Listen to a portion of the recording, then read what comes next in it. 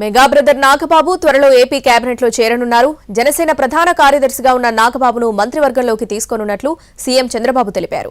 రాజ్యసభకు టీడీపీ 2 అభ్యర్థులను ప్రకటించడంతో నాగబాబుకు మంత్రి పదవి దక్కింది. ఏపీ డిప్యూటీ సీఎం జనసేన అధినేత పవన్ కళ్యాణ్ సోదరుడు నాగబాబుకు ఏపీ కేబినెట్ లో చోటు దక్కింది.